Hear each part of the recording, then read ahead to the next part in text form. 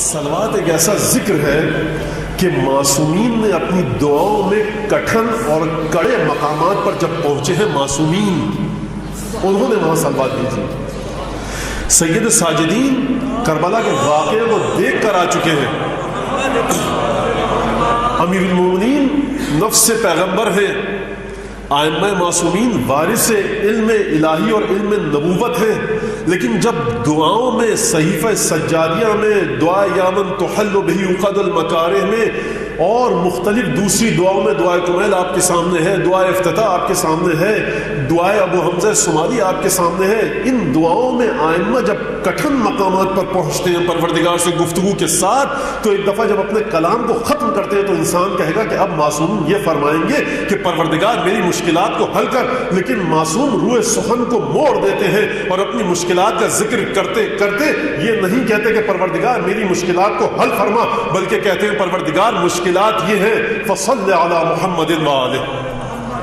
یہ معصومین کا ذکر ہے کہ معصومین اس انداز سے گفتگو فرماتے ہیں کہ کٹھن اور کڑے مقامات پر جب وارث علم علوی اور نبوی کٹھن اور کڑے مقامات پر صلوات بھیجے تو ہماری اور آپ کی کیا ذمہ داری ہے کہ کبھی کسی مقام پر صلوات بھیجنے میں کاہلی اور تساہلی سے کام نہ لیا جائے. ختمی مرتبت کا ارشاد ہے کہ اعجز الناس، کمزور ترین، بے دست و پا ترین، لاچار ترین، کاہل ترین، سب سے سست ترین آدمی کون ہے؟ کوئی کام نہیں کر رہا، بیٹھا ہوا ہے، لیکن اس کی زبان ذکر خدا کے ذریعے چل نہیں رہی. اور صلوات ایسا ذکر ہے کہ جب پچھلے سال بھی عرض کیا میں نے کہ صلوات وہ ذکر ہے کہ جب آپ کی زبان صلوات میں مصروف اور مشغول ہوتی ہے تو دونوں فرشتے حرکت میں آ جاتے ہیں.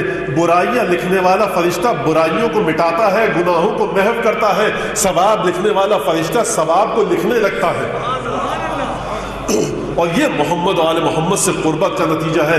اسی لیے ختمی مرتبت نے ارشاد فرمایا، دیکھو اقربکم الی منکم یوم القیامہ احسنکم اخلاقا، قیامت میں تم میں سب سے زیادہ میرے نزدیک وہ ہوگا کہ جس کا اخلاق سب سے اچھا ہو.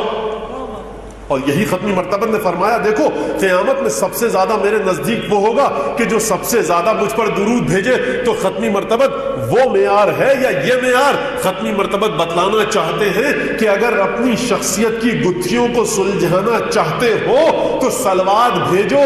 جتنی کثرت سے صلوات بھیجو گے تمہارا واعظ نفسانی اور اندرونی واعظ نفس لوامہ مستحکم اور قوی ہوگا، ملامت کرے گا تمہیں تمہارے برے کاموں پر. جب صلوات کے صدقے میں تمہیں تمہارے برے کاموں پر تمہارا نفس لوامہ ملامت کرے گا، پھٹکار بھیجے گا، طعن و تشنیع کرے گا، تو اب تمہیں کسی واعظ کی ضرورت نہیں. صلوات کے صدقے میں خدا نے تمہارے نفس میں ایک واعظ کو بھیج دیا.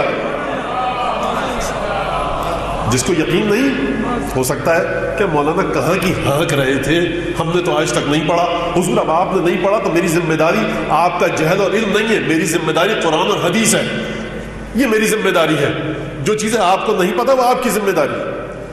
لیکن یہ صلوات کی برکت ہے کیونکہ متصل کرتی ہے، پنجتن سے متصل کرتی ہے معصومین سے. اور جب معصومین سے آپ متصل ہو گئے تو آپ خدا سے متصل ہو گئے. اب کسی کو یقین اگر نہ آئے تو کیا کیا جائے؟ اگر اس گفتگو کے بعد بھی کوئی بے یقینی کے عالم میں صلوات کی فضیلت کو سن کر اٹھے تو اس کے لیے مجھے کوئی ایسی بات تو کہنی چاہیے کہ اس کے یقین کو، اس کے شک کو یقین میں بدل دیا جائے. تو صاحب اب وہ بڑا ایک زنانہ سا محاورہ ہے لیکن بولا جاتا ہے بر صغیر میں، ہاتھ کنگن کو آرسی کیا. آج اٹھے نا جب آپ مجلس سے تو یہ تہیہ کر کے اٹھیے کہ کثرت سے روزانہ 1000 صلواتیں بھیجیں گے اور اپنی نفسانی کیفیت ذرا نوٹ کیجئے اور پھر دیکھیے کہ 10-15 دن بعد آپ کی روح میں کیا تبدیلیاں آئیں. اب یہ وہ چیز نہیں کہ جس کے ذریعے کسی لیبارٹری کی ضرورت ہو، کسی آزمائش گاہ کی ضرورت ہو، کسی تجربہ گاہ کی ضرورت ہو. خود انسان ہے اور ذکر صلوات ہے، خود انسان ہے اور ذکر درود ہے، خود انسان ہے اور محمد آل محمد پر درود اور صلوات.